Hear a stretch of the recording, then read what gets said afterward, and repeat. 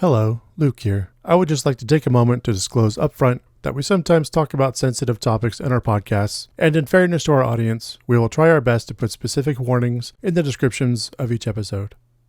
Now on with the show.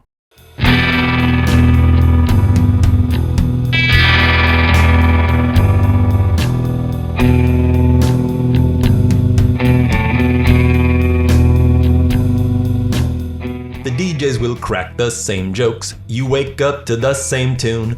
The groundhog will see his shadow, the blizzard is coming soon. Ned Ryerson, he will hound you, yes, every day is the same. The devil's in repetition, who says it has to be tame. In Puxatawny, you cannot die, so con cheat and lie. In Puxatawny,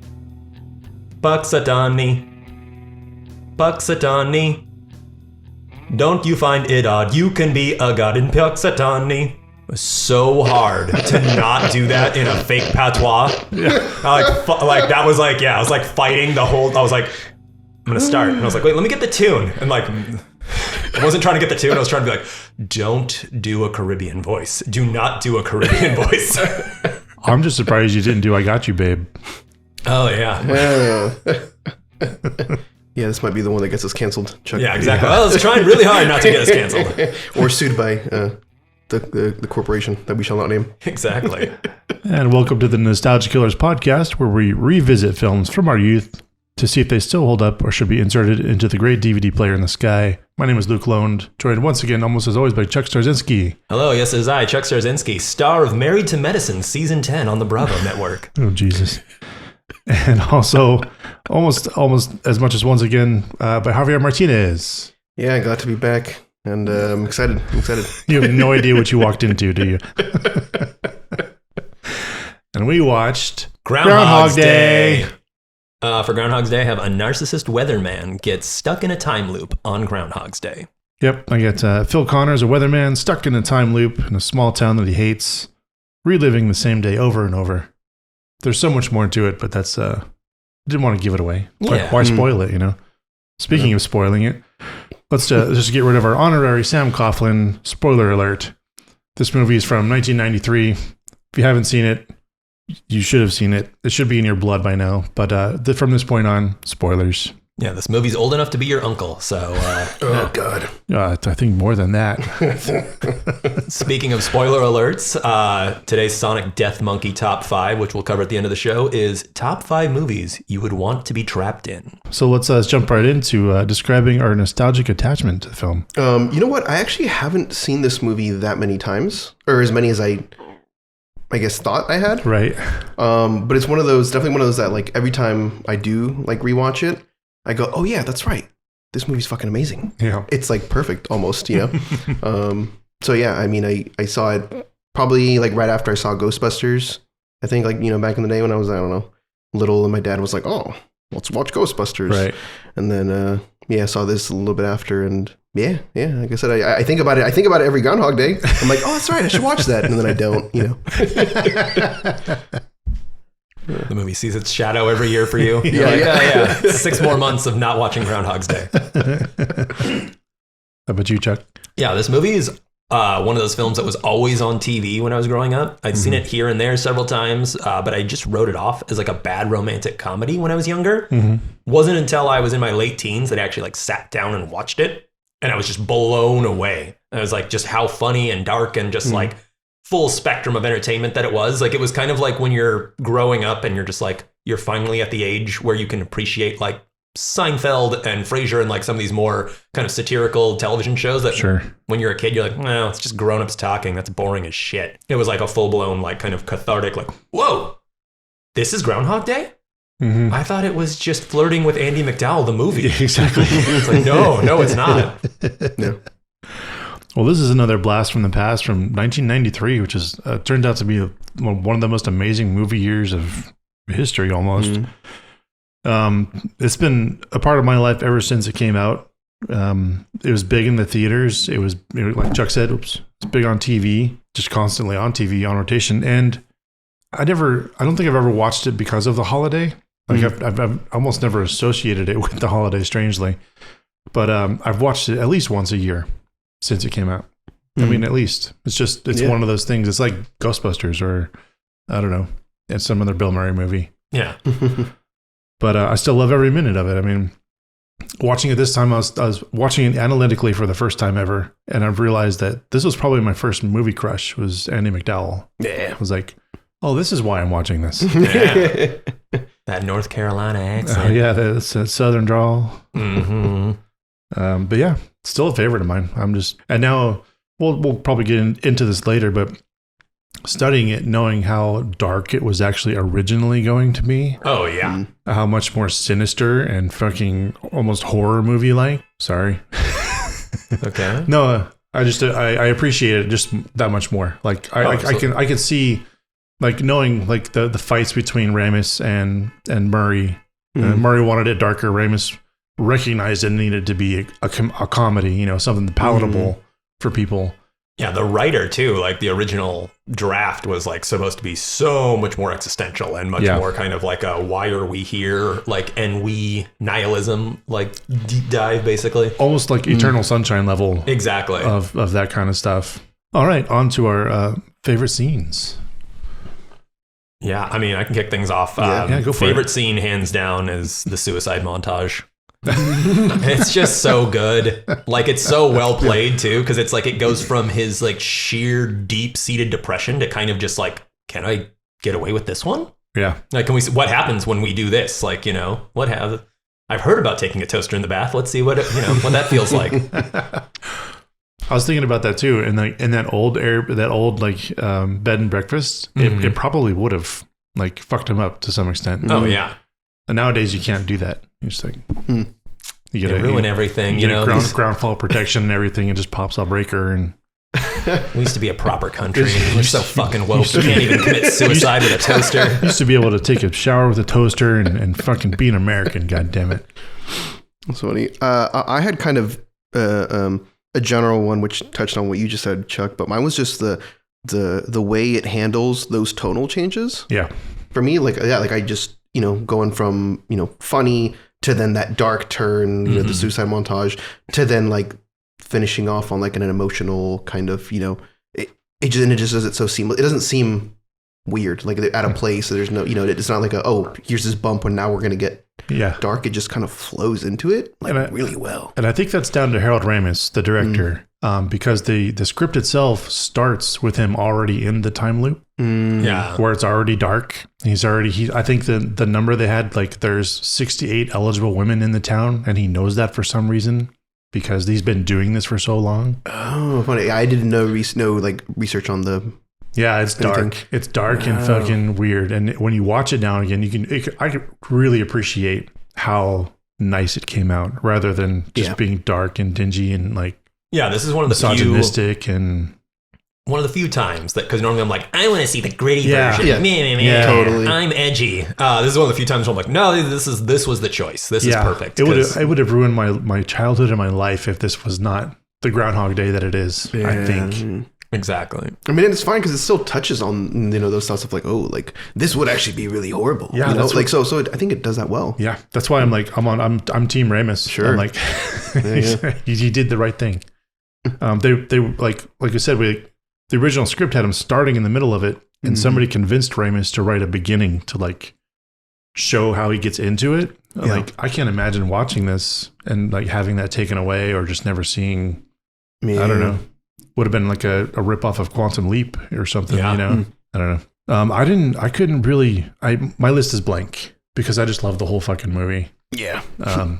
Scene for scene, but I really love the self-improvement scenes when he starts to like take a hint, like maybe it's not about me. And he starts to change and learn piano and he kicks that little girl out, but that's a little, that's a little mean, but, and it's he's still selfish, of course. But yeah, all the self-improving things and like the final day, I'm like, wow, he like really took advantage of eternity and like exactly as opposed himself, to just woe is me nihilism. I really also appreciate the fact that Bill Murray his character Phil catches on so quickly to what's happening, because I think that's one trope that like I see in other kind of time loop movies or TV shows is that like it takes so much for them to finally catch, for the character to be like, oh wait, I get it. I'm repeating the same day over and over. Right. And it just like, I don't know, it was refreshing to like see that again, to see. And this is like, oh, he like pretty much immediately gets it. Like, wait a minute. There's no way beat for beat this is all happening. Like this has to be like the same day over again, So I like that we kind of just skip that whole, he does try to just test out his theory a couple of times, but it's more just like confirming like, I'm not tripping, right? Like this is happening, Yeah. So I do appreciate that a lot. Yeah, like day 3, he's like all in, Yeah. Not a single chip left. Like he's just like, completely annied. He's like, nope, this is what's happening in the movie. Okay. Yeah. I'm not going to live by their damn rules anymore. Right. One line, just to skip ahead just a little bit, that I repeat constantly is like, I'm thinking he's going to swerve first. the train. It's a joke that's permeated my existence So since this good. came out. Any more? Yeah, just to say really fast before we move on, just the I'm a god diner scene where he's like officially just Dr. Manhattan and he's sitting there and he's like, at 12:41, she will drop the glass. Also, this is Gladys. She's always wanted to leave this town, but never had the, this is like Steve. He worked in the mines until they closed. Now he drinks himself to death. And just like knows everyone's like complete in and out. Yeah. This is Nancy. She sounds like a little squirrel when she gets excited. Yeah, it's just like, oh. You do. I got a really quick small one too. So I'm actually currently working on a script as well, and there's a scene in mine that I'm working on that has a moment where a character walks past a homeless person, and you can clearly tell that my character like doesn't care, but they're going to try to act like they care, which is something that Phil does in this movie. Sure. But the way that Bill Murray did it, or the way that he was directed to do it, I'm not sure which one it was, but where like before he even gets to the man, he starts ruffling around in his pockets, but not like over exaggerated, like, oh, do I have money? It's just a very subtle like patting of the pockets. Going and through like, the motions. a little like, darn, like I wish I had some, and then keeps walking. It was so good. It was just so well done. Yeah. I don't know why, but I just really enjoyed that choice. The social signals are on display. Yeah. Big time. Like throughout the entire movie. Yeah. Yeah. Yeah. Because, could have totally overplayed that and, sorry, I don't got any change, whatever. And that's probably why, despite Murray being a total prick and hard to work with, he is the actor he is in the movies he's in. It's because he gets that kind of stuff. Yeah. And it just plays.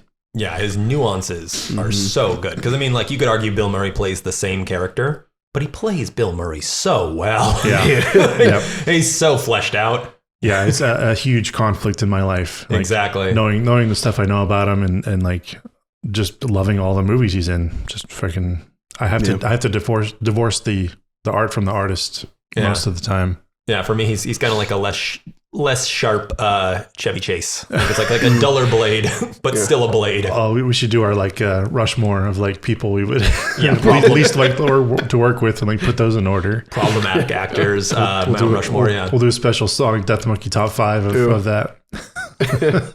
They're in everything, so we'll be doing that one soon, probably. Yeah, they're in Caddyshack together. Yeah, I think that was it. Oh yeah. Oh God, can you imagine? Like, we'll save it for if we ever do that. But can you imagine? I know. On to nitpicks and fixes. I don't have any.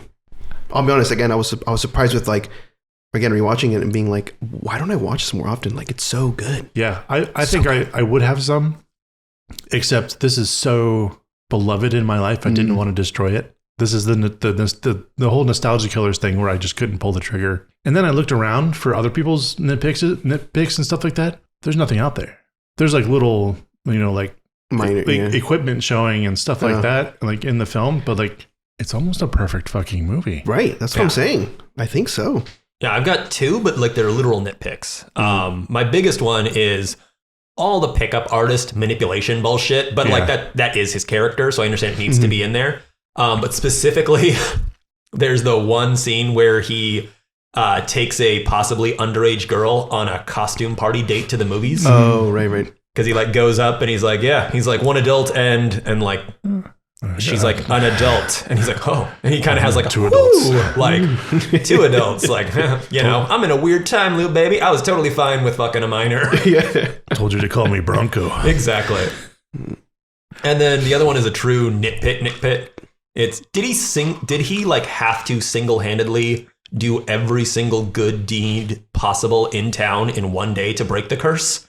Or did it just take him doing, every good deed X amount of times to break the curse? Yeah. Because there's like, we touched on the self-improvement, and it's like, there's times where it's like, oh, he like tries desperately to save that dying homeless man. He saves that kid falling from the tree apparently like every other day and stuff like that. And it's like, did he have to hit a quota to have it be like, all right, you are absolved, my son, Yeah. Well, I know in chapter 37 of the movie Curse manual, they talk about, I'm just kidding. Okay. But I was gullible on that one. I was like, oh dude, I want to read that book. But no, that's like, and it's a nitpick. It's just like, cause it's also like, yeah, that fucking day. Like, he gets up at 6 every day, but like literally like straight out of bed. It's like, okay, we gotta, save old man Johnson. We gotta like, rebuild this fence. We gotta do this and that. Like, yeah. Yeah.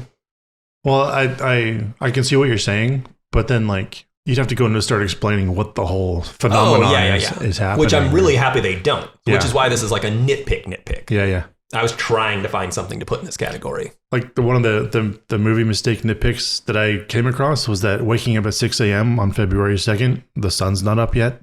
So when he looked outside, it would have been dark as shit. Mm-hmm. So it's like, yeah, that's a little bit of an oversight. But then you wouldn't see the town spread. And yeah. No, but like I'm totally happy shoving that question aside. Like, why is this happening? Oh yeah, no, absolutely. And just let it happen. So it's a great example of the Deus Ex and just living with it and like embracing it. That's my preferred way to take in sci-fi and horror in general. Is just like, you either tell me exactly what is happening to the letter in a way that is not convoluted and is like easy to process, or don't tell me fucking anything, because I am an adult and I can pick up story cues. So and this is a hot pick, and I'm going to make a lot of enemies right now, or a hot take, and I'm going to make a lot of enemies right now. But I think that the Star Wars prequels could have used a lot of that more mystery stuff instead of spelling out everything that was happening. Yeah, no, I think you're fine on that one. I think that's the general consensus, anyways. Even amongst people like myself who love the prequels, like, I totally agree that I'm like, yeah, you're right. I probably didn't need the explanations, and probably would have been better if I didn't. We didn't need to spend 15 minutes in the Senate in the fucking. Sure. I think that's fair. I'll take it again. I'm going to take every opportunity I can to smash those films. I'm sorry, man. Everybody good? I'm good. Yeah. On to the rainy day double feature. I had a really hard time with this one. What do you guys got? I had an easy time with this one. As far as movies that I would try to go for another film that has the quote unquote Groundhog's Day trope that I actually like really enjoy. And so I picked Happy Death Day.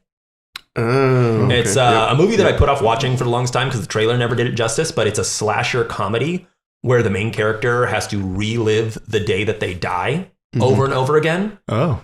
And it's fucking hilarious. It's really well done. Like, if you're a fan of horror movies at all, it just like nails every bad like horror trope on the head perfectly. And yeah, it's the best clone of Groundhog's Day I've ever seen, basically. Right on. I haven't seen the sequel. Right, I was going to ask you if you hadn't. Yeah. And then there's apparently going to be a third one, so I'm in. I've not seen the sequel either. That's what I was hoping you had, so yeah, get some feedback on it. Otherwise, I heard that one gets even more convoluted. That's one of the reasons why I haven't watched it yet, is because I feel like that one supposedly gets very like butterfly effecty, where it's like, oh, we really got to change the past to like try and stop this. Sure. How about you, Javi? Yeah. I had Ghostbusters. Okay. Just pre finding out more about Bill Murray's as a person. I think this is one like, yeah, just I gotta sit down and watch me some Bill Murray. Sure. And see, so yeah, Ghostbusters. I got Mr. Destiny. Have either of you seen that one? No. It's a John Belushi. It's Michael Caine. It's it's not a repeating thing, but it's a guy gets a chance to go back and relive his life if one thing had changed. So if he'd hit this baseball in high school and got a home run, he would have been like the town king and that kind of deal. I think it's underrated. I've watched it a couple times, and it's like it nowhere near holds up as much as Groundhog Day, but I recommend it. Belushi also famously total prick Yeah. All fun to work with. Almost like these car alarms. Like these car alarms. That's Mr. Destiny. Mr. Destiny. Cool. Look it up. Yeah, I don't know how else to explain it other than it is that quintessential 1990s troubled white guy. Yeah. Finds himself in a job he hates, and if I think we should watch that. I want to force you guys to watch that. Hell yeah. I want to put that on the list. But yeah, that's for me. That's Mr. Destiny. And then we'll move on to this movie's Cocktail. That's right. Today, we're drinking to world peace. So, to world peace, we have 3 ounces of a homemade sweet vermouth on the rocks with a twist and a couple olives, just like they do in Spain. To make a homemade vermouth, bring a cup of white wine to a boil with some spices. I used cinnamon, star anise, lemon verbena, orange zest, and chamomile. While that boils, melt a 1/4 cup of sugar into a caramel. Strain off the cooked wine and add the remaining bottle of white wine. Mix in your caramel. Once everything's cooled, cut it with a cup of brandy. Let it age for a couple weeks, and you've got sweet vermouth. And serve on the rocks with an olive and an orange twist, as I said, as you say a prayer and toast to world peace. It's extremely delicious. I can taste everything you just mentioned. Thank you. Yeah. So good. This is the end of this bottle. I am looking forward to making a fresh one, honestly. Nice. Makes me think of Rome. Yeah, might already have the first contender for next year's best movie cocktail. Nice. Pretty good. Yeah. Thanks, dude. Right on. And we'll go ahead and take our first ad break. Ad break.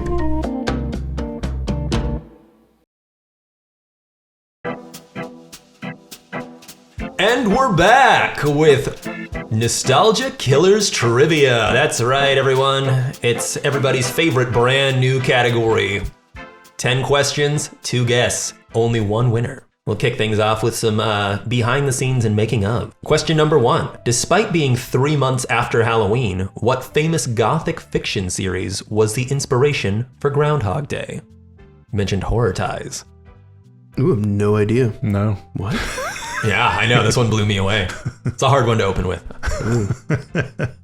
The answer is The Vampire Lestat by Anne Rice. Ooh. So screenwriter Danny Rubin came up with the concept for Groundhog Day after reading the first book in the series and was fascinated by the concept of a vampire's immortality. Sure. Okay, I can see that. That explains his script much more. Yeah, exactly. He was definitely painting his nails and listening to a lot of Bauhaus. Question number 2. True or false? The original script ended with Rita rejecting Phil, causing her to be stuck in her own time warp. It's a little unfair, but I'll say true.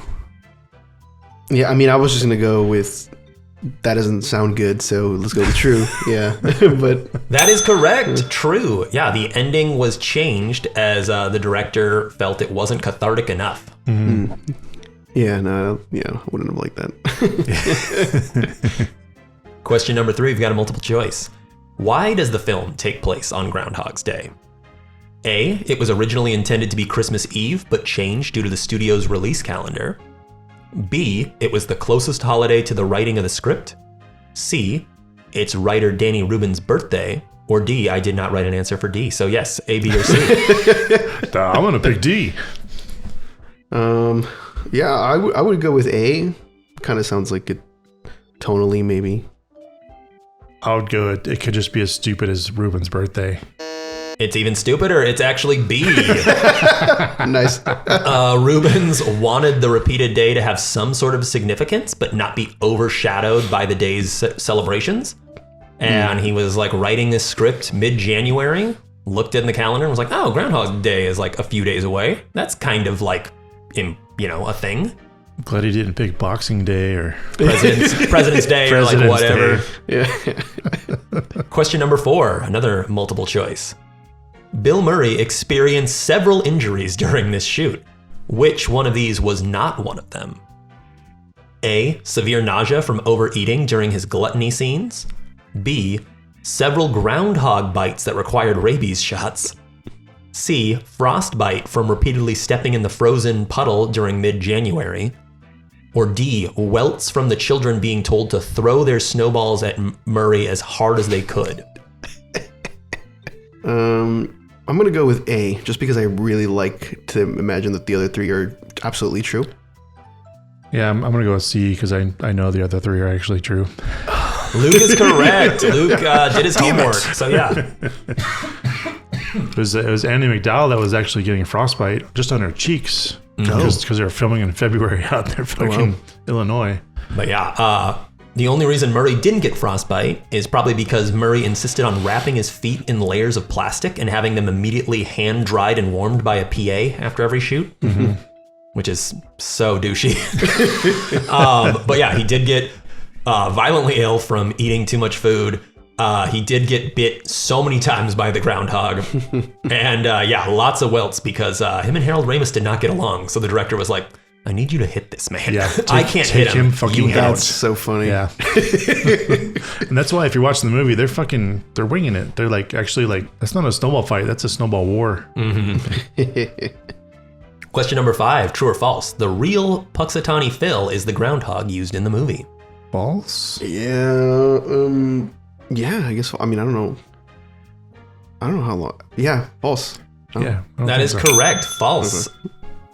Upset that the film was no longer going to be shot in Puxatawny, because that was the original plan, the town boycotted the movie and refused to let Phil be used. Yeah. Oh, that's funny. So the groundhog you see in the film was actually trapped in the wild a few weeks before filming. Oh, that explains. Which is probably why a lot of rabies bites. Oh my God. Question number 6. As perfect as Bill Murray is as Phil, what iconic 90s nice guy was the director Harold Ramis' first choice? I know it. Tom Hanks? Yep. Oh, that is correct. Okay, Tom Hanks. Awesome. Tom didn't want to take it because he didn't want to be seen as a bad person. Yeah, he didn't want to tarnish his image. Michael Keaton and Chevy Chase were also heavily considered. Mm-hmm. Question number 7. How many repeated days are depicted in the film? Ooh. Is it A, 54, B, 46, C, 38, or D, 22? With the highest number. Was A? A, 54? Yeah. 38. Luke is correct. C, 38. Damn it, Luke. That was a guess. I had no idea because I know in the script they were talking about it being like 10,000 years.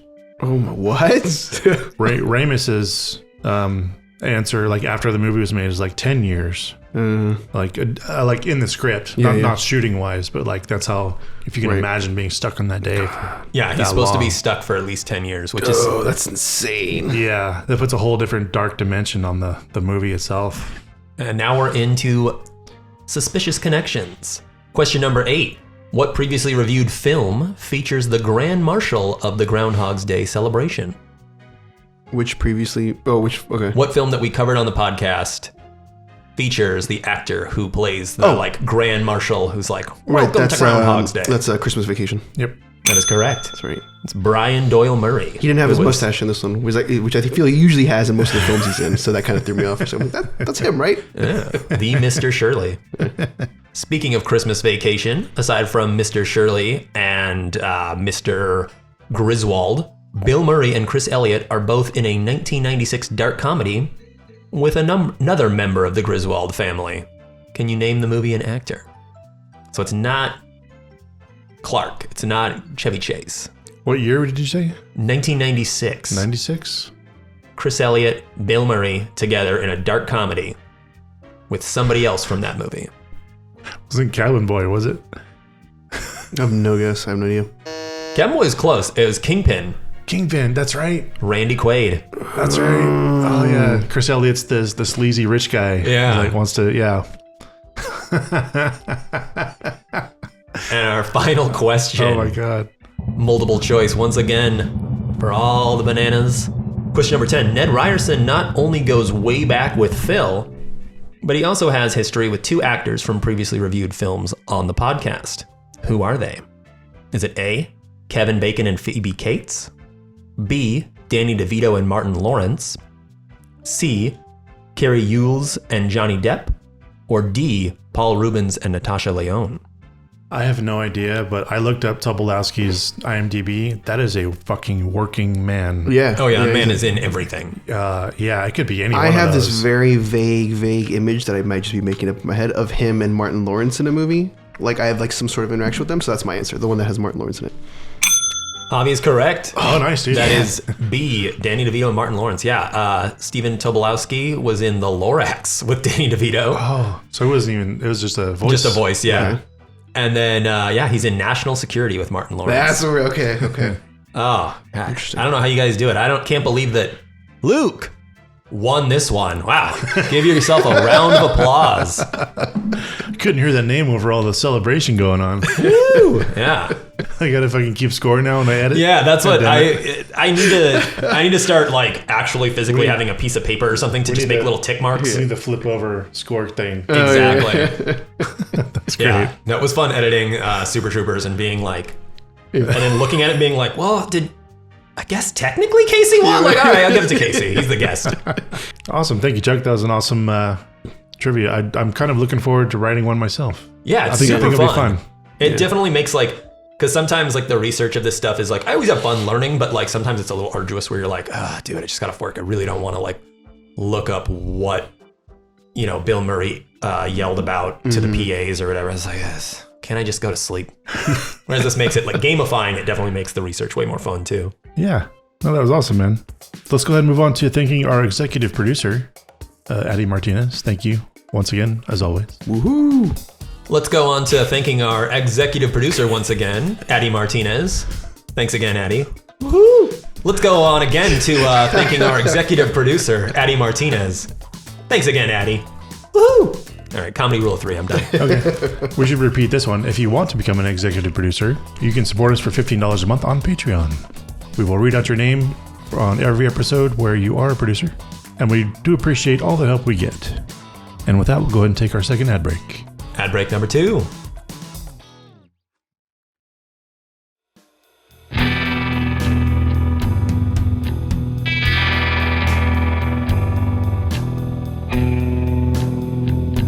And we're back with Act 3 of the award categories. We start off always with my new band name. What do you guys got? Yeah. I'll get mine out of the way.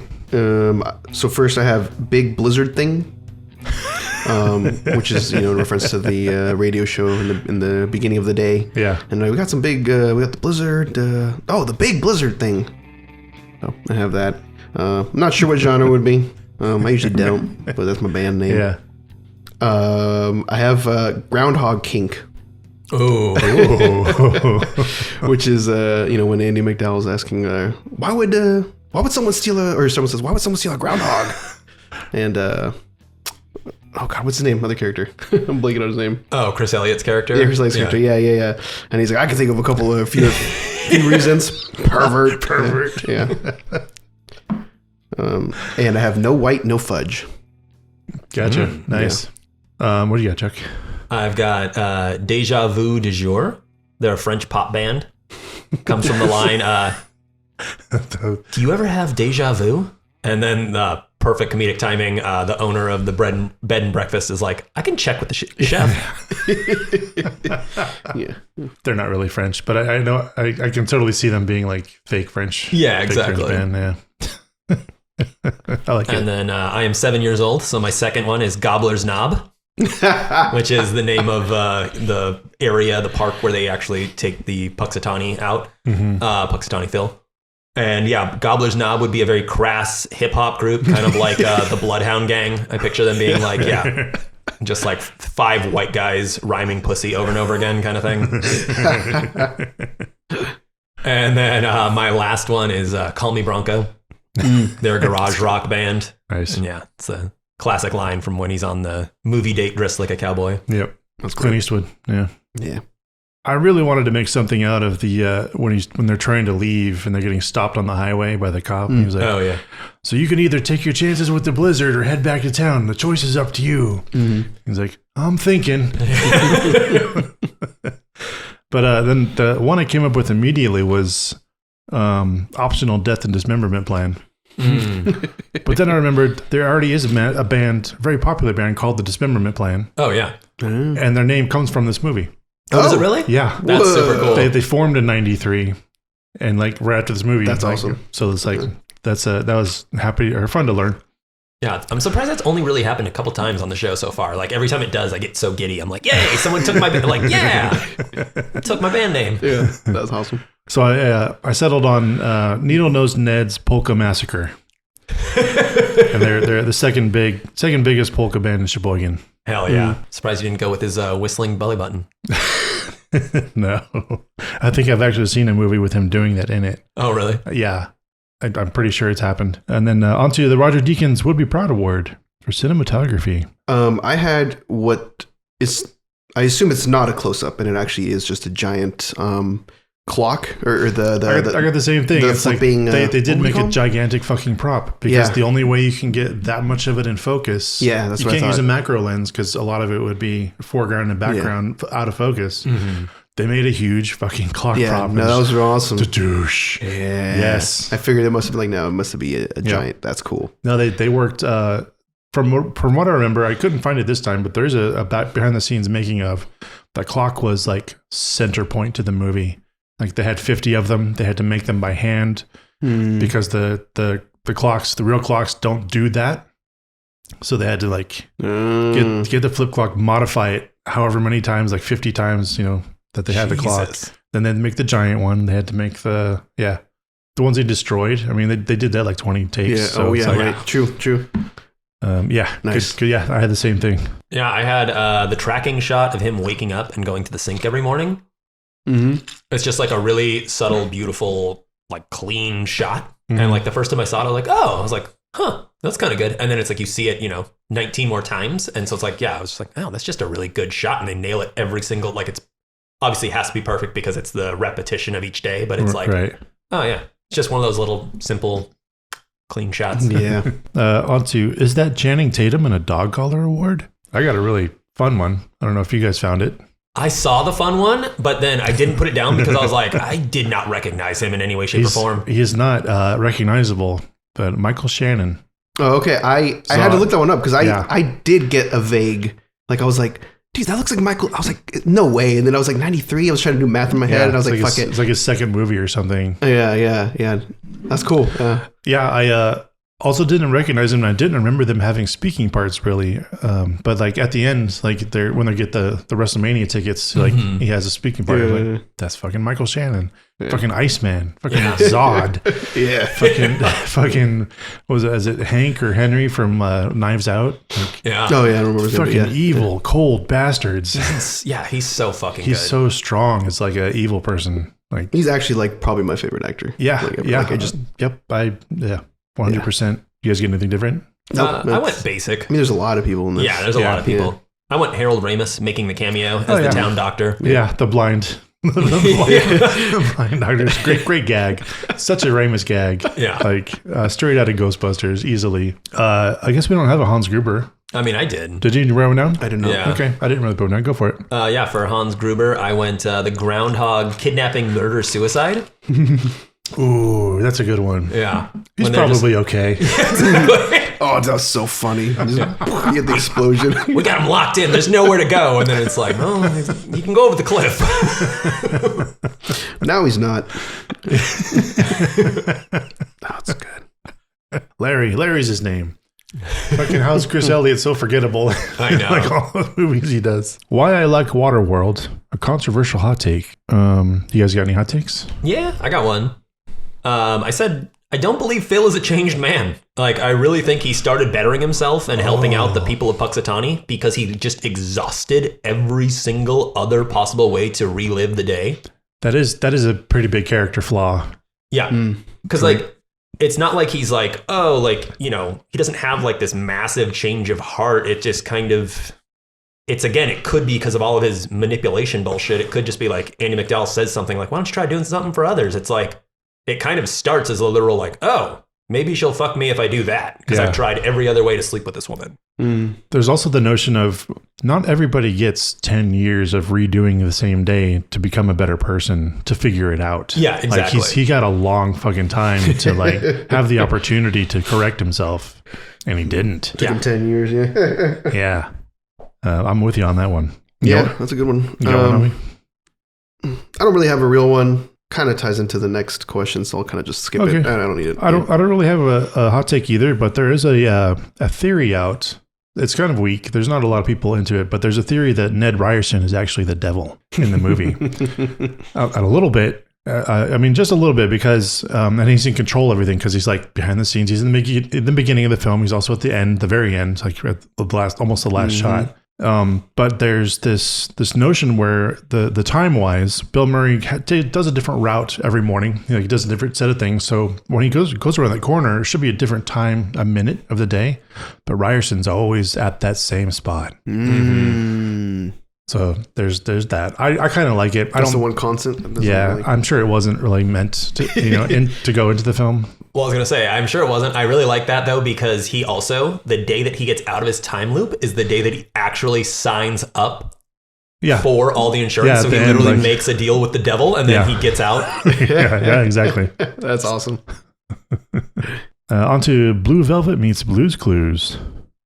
What mashup would you do to either improve this or, and it's hard to improve it, but. Yeah, I feel like this one was hard just because, Chuck touched on one of them a little bit earlier, but there's already films that are kind of a mashup of this. Sure.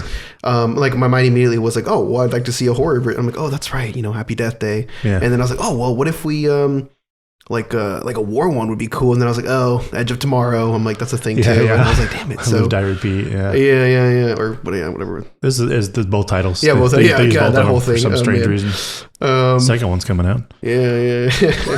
Oh, it's funny. Now we're gonna have another Tom Cruise because they changed Dead Reckoning. Also, they changed the title for that. Now it's not Dead Reckoning Part 1 for Mission Impossible. What is it? It's just Mission Impossible something. Like I don't know. Did it change? Oh, shit. My point is, I didn't hear that. It's like second Tom Cruise movie that has a name change. Anyways, yeah. I'd have Groundhog Day meets Look Who's Talking. I tried to think of that. I was like, how can I get weird? And also, yeah. I love that. Oh my God. I love that so much. Thank you. Oh, Jesus. Yeah. I mean, it speaks for itself. Yeah. But yeah, that's the best that I could think. I was that's like, way better than mine. Oh my God. Just reliving birth and infancy, just in like while just having thoughts and I think just wow. We got to do Look Who's Talking too. Yeah. Yep. Did you get one, Chuck? Yeah. As Javi kind of said, I had a lot of trouble with this one as well because it's just like this trope has been run into the ground. Yeah. So one that came to mind was Groundhog's Day meets Dazed and Confused. Nice. So this spec script, basically everyone but Wooderson, so McConaughey, is caught up in the like NPC time loop. So the high school kids literally stay the same age. And he has to come to terms with like his own mortality and aging and things like that. So it's literally just like, every single, so now he's like pushing 60 and like all of a sudden it's like, oh, hey, Floyd. Oh, hey, like. Oh, nice. I went with the Ned Ryerson as the devil theme and kind of went towards Memento. Oh, yeah. And would have Bill Murray's character being tortured and like, have him trying to figure out his own way out of this time loop. And like who's the real killer and all that stuff. Yeah. But, he's got like, that'd be great. He's got tattoos all over. Yeah, he's all tatted up. And right on, here comes Kanye to interrupt the show with pluggables. I've got a very silly pluggable. Chuck's got an outstanding fucking pluggable. Yeah. That even I'm proud of, and I wasn't even part of it. Yeah. So I'll try to do long story short here. Basically, you can tune in to the Bravo network or Peacock streaming services. And I am featured in an episode of season 10, Married to Medicine, which is a female doctor reality TV show along the lines of like Real Housewives kind of thing. But yeah, long story short, they shot an episode in my restaurant that I am currently working at. And they needed, actual wait staff and whatnot. So I'm there like being the whitest version of myself. Like I am the most like milk toast version. Yeah, I am literally just like, good evening and welcome to wine country. Like, ta-da. Like, yeah. We've curated a menu for you ladies. I hope you enjoy. Yeah, it's great. It's cringy. That's great. I need to link to illegally rip a clip, and we can hopefully put it up on the Instagram. Yeah, we'll see if we can put it up on on the Instagram for sure. I love it. We're still working on the cards. Still working on the drinks book. Sorry, folks. It's coming. It's coming. It's coming. You haven't paid anything yet. It's okay. Yeah, but you will. Oh, you will. How about you, Javi? Got any? I got nothing. Puggles? Nothing. Right on. Just a show, man. Right on. Let's move on to do we call Jules and Vincent? What's our verdict on this bad boy? I say leave the phone off the hook. I mean, let it live. Yeah. Let them go do their volleyball game. Exactly. Whatever they're going to do. Yeah. I'm going to break my streak of killing things off. I'm going to let this one live. God damn it, Javi. Okay. Yeah. I don't, I think... Yeah, I would like to keep, rewatching this movie. Sure, it's still really close to being a perfect movie, right? Yeah, I mean, I don't know. There's the obvious misogyny. There's the obvious even the pickup stuff is nowhere near as weaponized as it became in the last 15, 20 years. Mm-hmm. Yeah, and then also all of the flaws you can argue are also this guy's a piece of shit, and he has to learn how to not be a piece of shit to not repeat this day. Yeah. Yep. That's for me too. It's living. Right on to our Sonic Death Monkey top 5. Which film would you like to be stuck in a time loop in? Or what are your top 5 movies you'd like to be stuck in? Do you guys want to do back and forth round robin style? Want to start at 5s? Yeah. Okay. Yeah. I feel like my list is gonna be super weird, just because I'm not sure if I took the question the right way. That's what we pay you for. But yeah, there you go. Wait, I'm getting paid. So for my number 5, which is also kind of a cop out because I said any 007 movie except Casino Royale. Because I don't want to get my balls whipped. Oh, no shit. Every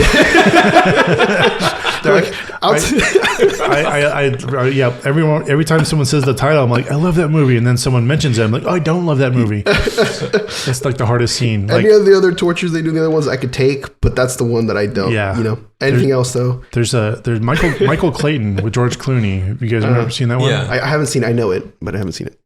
Spoiler alert, but there's a nail pulling torture scene that I can't stomach. That's my metric for the movie I got to turn off or go take a break from. Yeah. But the ball hitting scene, that's close. That's really close up there. Yeah. Oh. God. Here we are at odds again because that's ironic. My number 5 is Casino Royale because I love cock and ball torture. That's funny. No, my number 5 is Wet Hot American Summer. Oh, nice.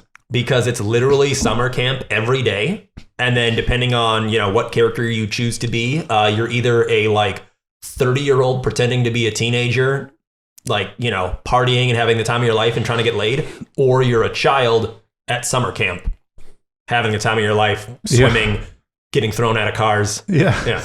You can also apparently do heroin and die in the span of 45 minutes and then just go right back to camp. So they're not bad. That's not too different from mine. You already mentioned it before, but I picked Dazed and Confused. Hell yeah. That one day, that's fucking brilliant movie in my opinion for capturing a moment. And that one day, that one good moment, that one good day, I'd live that over and over. Yeah, Linklater's so fucking good at that. Mm-hmm. All right, number 4, Javi. Number 4, I have Forrest Gump, and I mean, obviously, there's a lot of stuff in there that. You mean the Vietnam part, or the president's part, or the?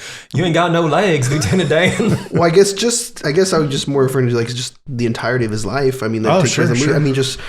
Because aside from obviously all the heartbreaking stuff, there's a lot of stuff that he got to experience and live, and that a lot of people can't say they did, and I don't know, especially he goes a bunch of different places. I feel like there's a lot to explore. Yeah. Mm-hmm. And he stays true to himself, and everybody loves him, or comes to love him, and so I think I don't know, it's just. I still really like that movie. I like it too. I'm really excited because they just did it, the live rewatchables of Forrest Gump. Oh, did they really? Yeah. Oh, nice. So that'll be coming out in a couple of weeks. I'm excited to hear that. But yeah, we should do Forrest Gump sometime. Oh, we have to. Yeah. It's just the soundtrack I grew up with. Yeah. It's just rocking. Your number 4, Chuck? My number 4 is Nightmare Before Christmas. And you're going to start to see a pattern in the rest of my choices. But I mean, it's literally Halloween every day. You mean the ball torture stuff? Yeah, exactly. Oh. Yeah, I mean, put me on one of those racks, in the good doctors, like, put me in the bell tower. It'd be great. All right. Well, we're learning new things about each other. Yeah. That's great. And that's what the Sonic Death Monkey's all about. Right on. I got my number 4 is Ferris Bueller's Day Off. Ooh. I'd love to skip school every day over and over. It'd be great. Hell yeah. Have those adventures. Nice. Yeah. Number 3, Javi? Yeah, my number 3, I had Once Upon a Time in Hollywood. Yeah. Oh yeah. Because again, even though it's a highly fantasized version of Hollywood life, back in back in the day. So just because it is that fantasized version, I wouldn't mind being stuck in that and just hanging out with those characters and being nostalgic for films of the past. Mm-hmm. Yeah. Whatever, smoking a joint and chilling out. Yeah. Hanging out with Sharon Tate's feet. Yeah. Exactly. There you go. Yeah. I'll be honest. I'll throw that in there for sure. Getting to kill the Manson family and not having a wonderful person like I need to watch that again. I do love that movie. Yeah. They were just having a blast making that movie. Yeah. Quick sidebar. Lauren and I have been rewatching, like we worked through a bunch of Scorsese stuff. Now we're rewatching the Tarantinos, and that's coming up on the list of things to rewatch. Yeah, I just did Reservoir Dogs 2 days ago. Yeah, fucking still love it. Fun aside, I actually just booked my appointment to finish up my Tarantino sleeve that I have. Ooh, nice. I am doing the Sharon Tate's feet as the movie, the cinema shot where she's got her feet up on. Yeah. I'm doing that. So outstanding, dude. That was the hardest one that I had a time picking. What tat am I going to get for that? And I was like, you know what? Fuck it. That's funny. I'll throw that on there. We need to do a photo shoot and put it up on Instagram just to show the dedication that we've got going on here. So a few of us have movie tattoos. Yeah. Are we on your number 3, Chuck? Number 3, yeah. My number 3 is Gremlins. Because just follow the fucking rules. Don't get them wet. What if we made the real boring version of Gremlins? That's what I mean. Didn't feed it after midnight. That's what I'm saying. Like, you just get to hang out with like a cool little talking rabbit, basically, essentially, or like rodent or whatever the hell they are. Like, you get to just like read comics and like hang out with Corey Feldman and stuff. Yeah, it doesn't sound bad at all. Right on. I got Moonrise Kingdom. Oh yeah, that's a good one. Escaping camp every day would be fucking fun. Yeah, that would be a blast. Good choice. That's awesome. Getting to relive first love, all that. Yeah. Oh yeah, yep, exactly. Just that would be so good.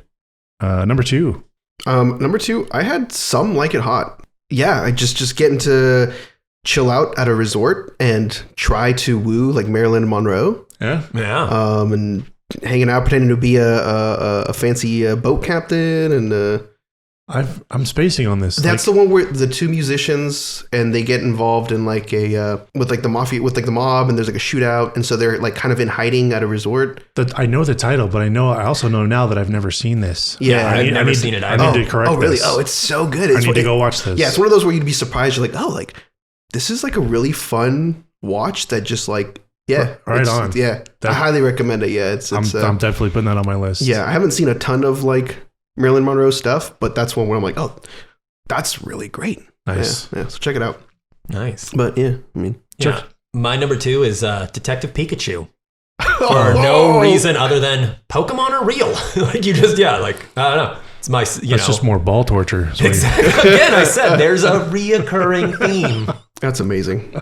Yeah. Forget my entire list. I picked that. I want that. That's a good one. Why didn't I think of that? Yeah, because I mean, like, as long as you're not like the kid whose dad died, like, you're totally fine. Like, if you're just like one of the side characters, you're like, I was late to work because the fucking Rapidashes like just burned down the entire field in front of me. So yeah, sorry guys. Yeah. My number 2 is Rounders. All right, so I have to watch that. I just want to go on a big fucking poker run. Yeah. And just, I would do that every day, I think. I probably wouldn't get tired of it. I don't know. There's so many different kinds of poker games you could play. But on to the number 1s. All right, so for my number 1, right, assuming that we're playing by Groundhog Day rules. He's prefacing this one. Yeah. Right, I'm picking Back to the Future. Ooh. Oh. Because if I can change some of the outcomes of the day, then that means I have a literal endless amount of things I can do because I can travel to different times and I mean, hang out with Doc at least for part of it. Like you went for the infinite wishes wish. Yeah. I had to break the. Yeah. Oh, that's great. Yeah. So that is interesting. Yeah. Yeah. I don't know. Cool. Yeah. Nice, man. Yeah. I could do that too. Yeah. Limitless possibilities. I think. Yeah. Yeah. Yeah. I'm just all those times you could get close to doing your mom. I was gonna say, I was gonna leave the doing your mom elephant in the room on that one, but yeah. As long as every day you fend her off. Right. Exactly. Yeah, it could be pretty cool. And then also, there's no consequences. So there's that one day. God damn it. Chuck's had to take it or leave it. Stage. I should have done that fake patois. It's going to get canceled on this one either way. The episode's half a minute long. Exactly. My number one is much tamer, though. It's Who Framed Roger Rabbit? Ooh. Because, just go hang out in Toontown and don't get involved in the politics. Yeah, there you go. Everything will sort itself out as it does in the movie. Exactly. Yeah. Cool. I like that one. My number one is I had to stay on theme for myself here, but Waterworld. I would go and live that adventure day after and again and again and again. Say you are a water man. That's right. Yeah, I'm a boatman. It'd be fun. That's awesome. And we will do Waterworld. We will. And I'm going to work it into every episode. So don't worry about it. I was going to say, we could do it soon. We're kind of living in Waterworld at the moment. This torrential downpours. Sloshed out there, yeah. Awesome. Excellent show, guys. Hell yeah. Yeah, good fun. Yeah. And thank you for listening, if you're still listening. I've been Luke Lone. I've been Chuck Starzensky. And I've been Javier Martinez. And we have been the Nostalgia Killers. Bang, bang.